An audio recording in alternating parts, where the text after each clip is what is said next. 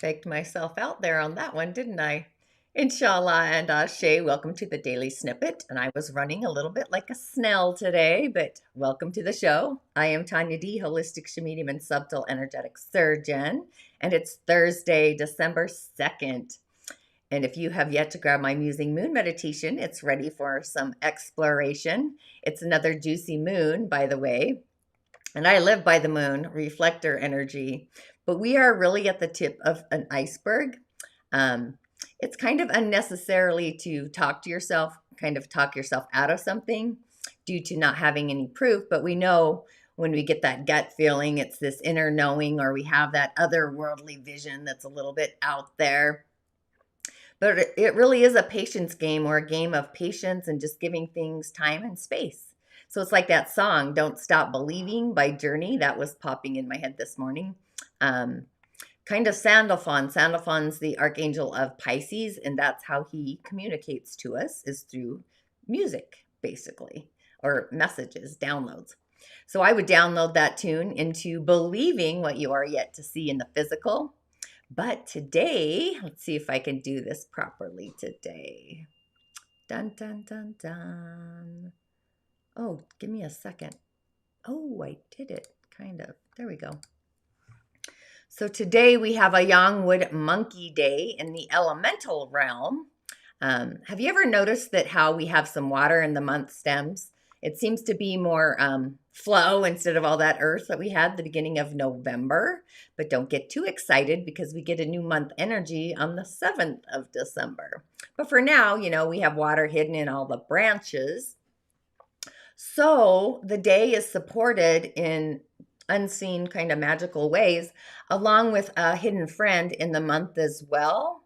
So the month is also supporting that, but we have 0 fire. So it's really time to go to the spiritual realm, the realm of fires. The 6th element is kind of carried into those fires. But the monkey, a wood monkey of all things, but the monkey itself needs to learn faith. Faith that the world is ultimately fair and is going to produce all the needs that the monkey has a desire for. Thy will be done. So the stress kind of experience, possibly in inner childhood, the younger years, I guess, is what I would call them. The wonder of the younger years, childlike wonder, right? Where they can choose to control the world instead to better keep it under control. So then they trust that the good old galactic universal energy and all God universe, whatever, goddess, yeah, to do it the right way. In order to control this world, the energy of the monkey has to create a version that actually works for them. And oftentimes they're going to see, hear, speak nothing else, even in visualization, when they're visualizing. Their world is, you know, just fine, thank you. That's kind of what they say. How you doing? Just fine, thank you.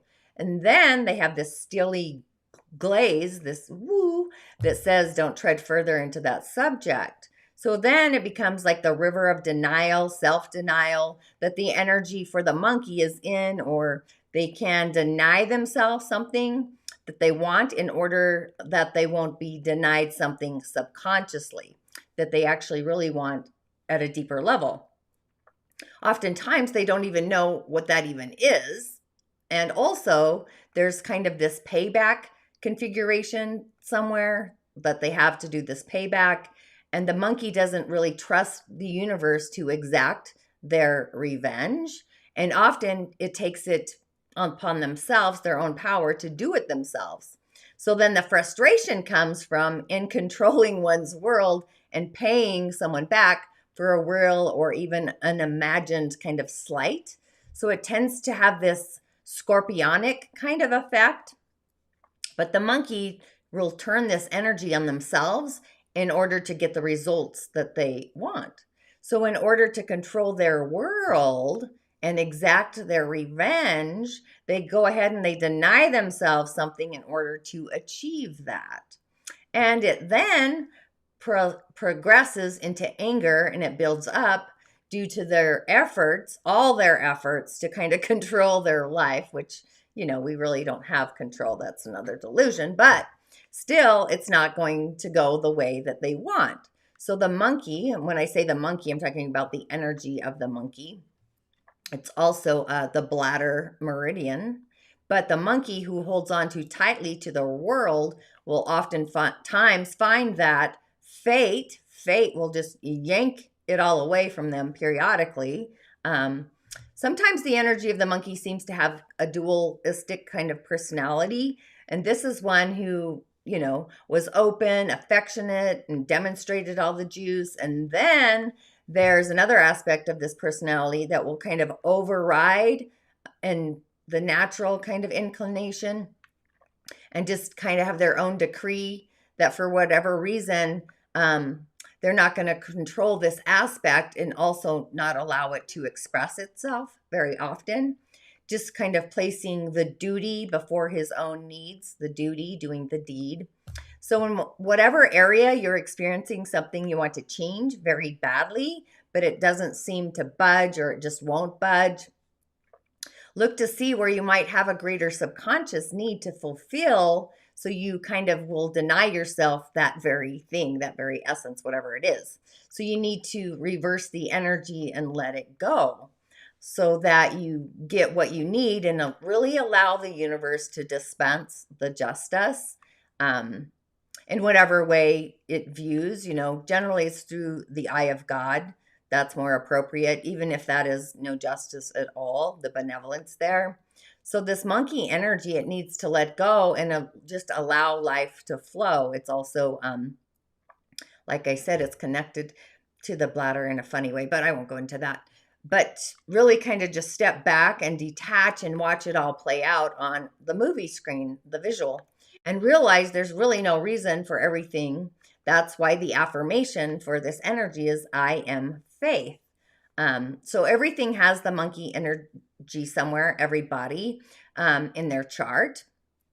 Wherever this energy is kind of concentrated, generally, oftentimes it's the time of birth, or maybe you're born in a monkey year, monkey month, or a monkey day. That's what we have today. But you're going to find the need to kind of control or have this energy of people kind of mirror to you, your controlling elements or the elements controlling you. And this is where we need to let go and trust the most and also have that faith. And this is the place where we place an importance on the duty, whatever the duty is. But we have a wood Jaya monkey. So monkey energy for wood is wisdom. It's the ancestors to wood. So we have a Jaya wood day. So that's the energy of writing, publishing, apparel, making herbal products. And it's meeting the energy of metal. So this could be metals like a manager. It's, people, details, decision making, or even a jewelry maker. So we have this combination of wood and metal. So these are both yang energies, action energies. So the metal would and kind of be volatile. So you really want to bring in the energy of fire to balance the energies and put it into action. So we're kind of having a day to really manifest and create a reality, and our heart's investing within ourselves to create more of an optimized or optimistic belief, a new one, our own very own belief. So when we align with our heart, our sacred self, our garden, our energetic egg, if you will, it's the aspects of the egg that might be a little bit challenging today. So it's best to give yourself space and a lot of time and remain heart-centric, be centered, and holding the force for our emotional energy and motion and our mindless, oftentimes, triggers. So we can really stay heart-centric and be centered along with being grounded. So you might actually need to kind of distance yourself, literally pull back from either people or situations that make you kind of question your very own script, your own story, or even your belief in yourself. So it's not necessary to pick on yourself, flick those gnats away. All these lessons that we've actually learned in 2021 through our thoughts, our feelings, or even our ego and our character, they might try to trample over our heart space. So a belief is really a combination of what our heart believes to be true, and then we feel it when we feel it in our energetic system. So it's a day to put our left hand on our heart and affirm to ourselves our belief in ourselves by really doing a check-in with our heart and also our feelings. So we're holding space for our personal values, what we value inside of us. And it doesn't take money to value ourselves, by the way. But the beliefs we value the most, something else to do, especially before the magic of this new moon, is create an authentic values list. You know, you could do a vision board if you wanted, but really a list of authenticity of what you value, of all the great blessings, the greater and the gooder blessings that have happened actually for you, all the things that you've accomplished, how far you've come. Really just throw out the dirty dishwater. It's time to be proud of our smallest efforts and really pat ourselves on the back. We're all doing great. And it's a time to love yourself and value yourself and protecting while also believing in the magic that really resides within each and every one of us. And really just give yourself a bounty of juicy love as kind of an added measure in your chalice, your love chalice. So by loving and protecting ourselves as if you were your own personal newborn baby, your childlike wonder, your child self, you know, just make this belief real as if it's part of your day-to-day reality. But to access this, remember the heart truly has the key. The heart is the key to access. And our heart really wants love. It wants to be juicy. It wants to feel safe and loved and protected by ourselves, more importantly. And we attract the love we have of ourselves is the love that comes to us in our outer village. So we, you know, if we are heart-centric and we have our heart's desires, our beliefs automatically combine in the cosmic soup. They become into alignment with our heart center. So it's heart-centric kind of day. So with our Earth star online, literally grounding into the Earth, the mother lode, from the soul's harmonic and the sacral center along with our heart, so we can bring down through the beacon from the crown, or I really would do the soul's harmonic and just flow to the heart, then to the sacral, then down through the Earth star. You could use colors of greens and pinks and golds and orange or earth tones and just gravitate to the color that really resonates with you or through you, or, you know, do a variety of streams of color. You could do the tones of either the heart center or the sacral or the sound of silence, actually. So I would probably do, I would do the heart for sure. We always need to feel yummy. We always need to feel the love, or bring it down to the vom, the womb of our sacral, and just kind of release the sounds into the earth, if you know what I mean. And then, hang on, I'm getting all crafty with my show here. I'm going to get rid of that. Do that. Oh, cool. So the stone of the day, I picked Argonite, mostly because I love the color. I like the chunkiness of the stone. And again, I get this information from, it's called Tiny Rituals, which I love that it's called Tiny Rituals. I love rituals in general. But this has always been this fascinating gem. It's got these branchy clusters and these star-inspired shapes, you know, and it just oozes with this earthy energy. But it kind of seems to slip under the radar compared to the more well-known stones. But it has this power to be just a solid legend in our packs. So after hours just kind of delving into the deeper meaning of Argonite, we're kind of convinced that this warming, stabilizing stone is a must for all of us who really need to get back on our feet. So it really, you know, it's a stone of stabilization. It's this ancient grounding stone. And this could be actually why it holds so much deep-rooted earthy energy. But it was first found by human hands in the Argonne River that sweeps through Spain. You know, that's where it gets its name. But it's also mined in Morocco, Austria, France, Italy, the UK, Namibia, I like that word, the USA, and, or I should just say that country, and Mexico. But there's a couple different ways in which Argonite comes to be. It either flowers out of hot springs or stalactites entwining like branches and giving it that nickname of an iron flower.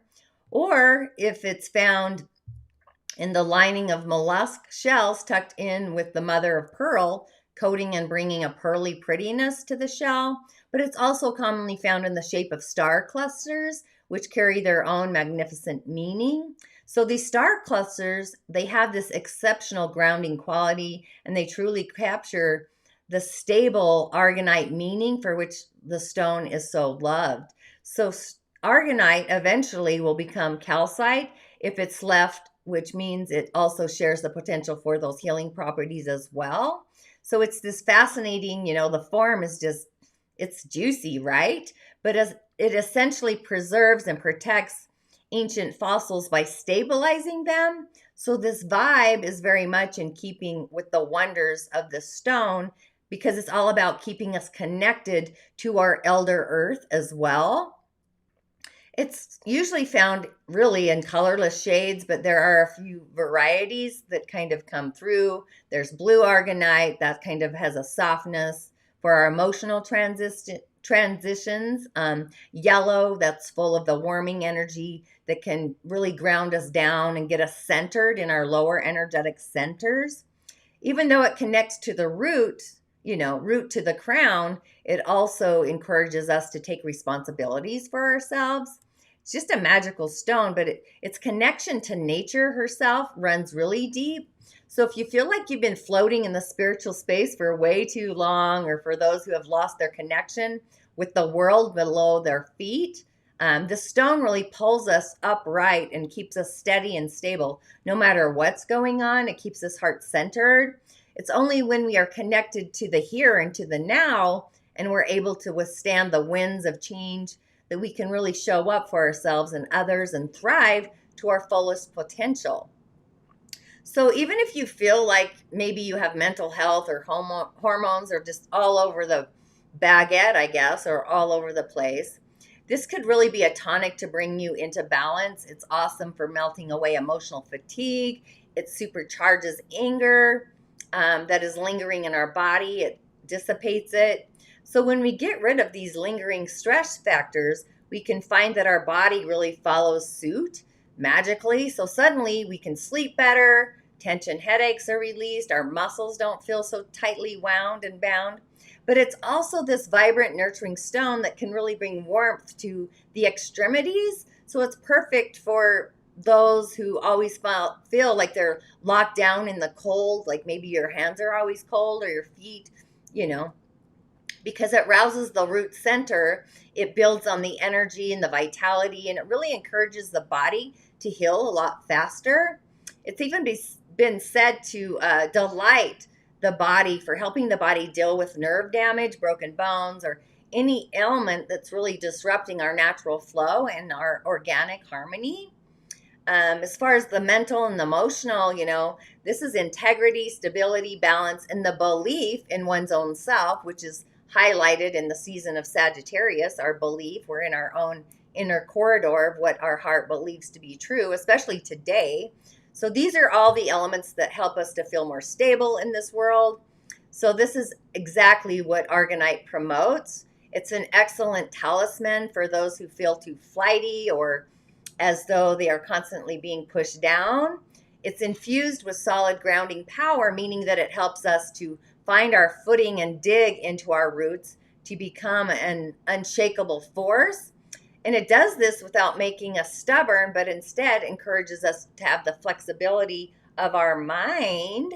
It's really a popular crystal for making jewelry, but it can also be a time when energy is big and brash and emotions run high.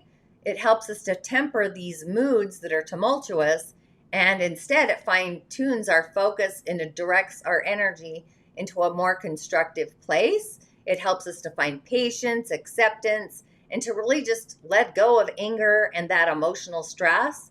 And instead, our heart makes space for clarity, and we're able to tap into our insight rather than letting our judgment be clouded. Because it's such a hugely stabilizing stone, it really is no surprise that the stone is all about our root center, and the root center is all about our foundation. It's one of our most important energetic points, because if we don't have a clear and solid root center, all of our energy literally becomes off balance. It has no foundation. So it's got this balance between the earthy resonance and also the spirit seeking. So it encourages the journeys beyond the everyday, by making sure that we really stay grounded, even though we are flying high. You know, we're out in the astral, we're in the etheric, but it also can be tempting us to leap with both feet when we're ascending, but it also reminds us at the same time that keeping a physical and spiritual connection to the earth is actually essential. So we all need to honor our roots and center our spirit and silence our mind so that we have this understanding of person and pasture kind of goes even deeper. It's even believed by a lot of people to be connected to the enigmatic Earth Star Center, which I believe that. That's why I called it in today. So it's said the Earth Center is located, you know, beneath our feet, but it's this energetic Earth Center that really anchors our entire energetic system. But it also helps us to channel positive energy from the Earth herself and encourages excess energy to kind of seep and float away. So I thought it was a magical stone for the energy of today. What do you think? I think so. And then the cards of the day. So I went with my musing, my Moon Woman deck. Let's see if I can grab it. Oh, there we go. So this is the first of the cards. So these obviously are all about the moon. So these are the 3 lunar initiations, the waxing moon through the first third moon, which is kind of juicy, right? I don't know if you can see that. So the stage of the waxing moon is kind of parallel to the span of our childhood prior to receiving our first initiation or entering puberty. It's the first third of the lunar month even, and it lasts from the first day of kind of the initiation through to the, which is the new moon, until the 11th day, which is the first day of the full moon. And this stage kind of starts 3 days before the moon's kind of completely full. I think it's called the dark moon. I might have those backwards. But the stage of the waxing moon is the time of creativity and new beginnings, a time for outwardly devoting our activities, a time for empowerment and growth, like that of the waxing moon's aura herself. So the energy of the new moon is strongest and often fickle and sometimes unsteady, but it stabilizes and turns into a source of increasing power as the month moves on, you know, the wave, the galactic wave, into the full moon and the juice of that. And then I pulled this juicy card, which is, I don't know if you can see it, but we have a crystal ball, the witch's crystal. And a crystal ball kind of really symbolizes the moon. It's water energy, if you're born in the water season or cycle.